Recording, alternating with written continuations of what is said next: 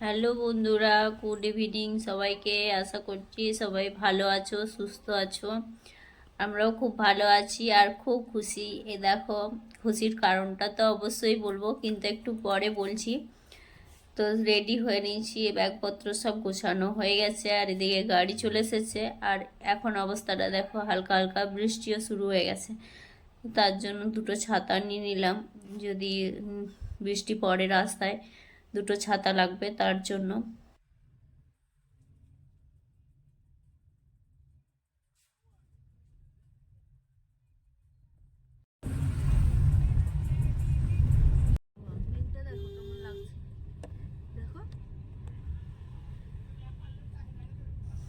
একটু পরে কিন্তু বৃষ্টিটা থেমে গেল, আর মেঘটা কিন্তু রয়েছে, দেখতেও খুব সুন্দর লাগছে।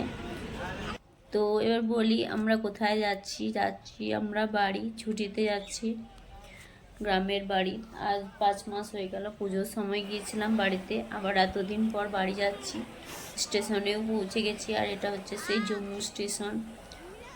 তো জম্মু স্টেশনে সব সময় ভিড়, কোথায় ব্যাগ রাখবো, প্রথমে জায়গা খুঁজে পাওয়া যাচ্ছিল না।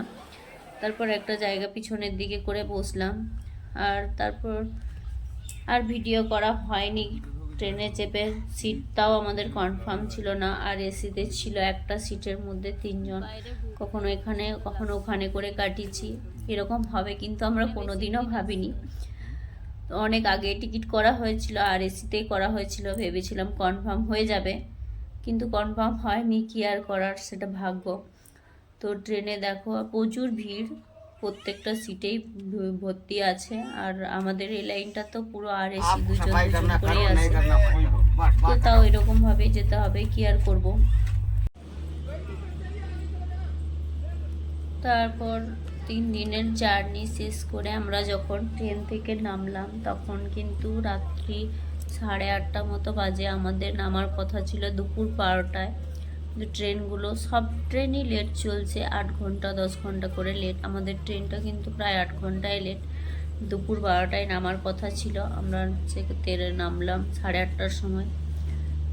তো কি আর করার, এরকমভাবে বসে বসে বোর হচ্ছিলাম ট্রেনে, আর বাচ্চা নিয়ে তো জার্নি করা খুবই মুশকিল, কারণ ওর তো থাকতেই চায় না, ছটফট করছে কখন বাড়ি যাবে কখন বাড়ি যাবে, এই জন্য।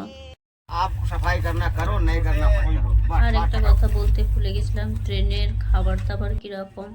তো প্রতিবারই যাওয়া আসা করি, আবার প্রতিবারই খাওয়া হয়, কিন্তু খুব একটা ভালো লাগে না। এবারে মোটামুটি ছিল, ঝালটা কম ছিল, এই জন্য যা খাবারটা মুখে দেওয়া যাচ্ছিল, লঙ্কার গুঁড়ো দেওয়া ছিল না, বাচ্চাটাও খেতে পেরেছে, এই জন্যই। তো এবারে খাবার ভালোই ছিল, খুব একটা খারাপ না।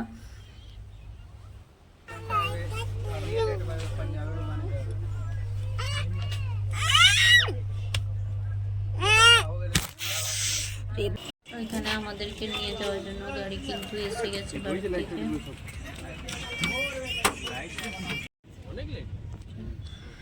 গাড়িতে সবাই মিলে উঠে পড়লাম, আর ওর দাদু আর ওর কাকাই নিতে এসেছিল।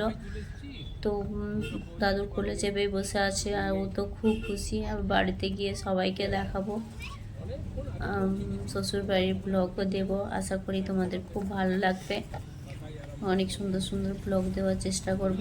তার মাঝখানে তোমাদেরকে রাস্তাটাও একটু দেখিয়ে দিলাম। তো রাতের বেলা তো আর রাস্তাটা বোঝা যাবে না, তো বাড়ি কোথায় সব কিছুই বলবো পরের একটা ব্লগে। আর এদের যে আমরা কিন্তু আমাদের বাড়ির সামনাসামনি এসে গেছি, গ্রামের মধ্যে ঢুকে পড়লাম।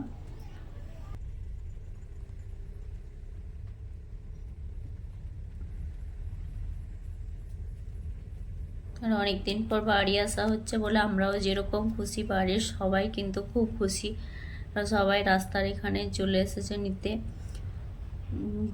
তো তারপর সবার সাথে অনেক আনন্দ মজা করে কাটাবো।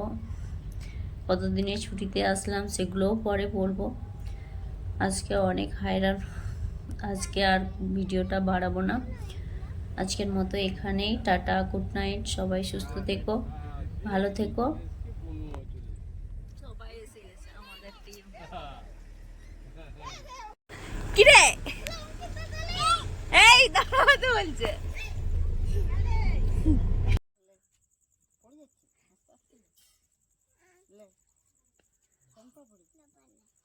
খা খা ও দেখতে এসছে কি করছে।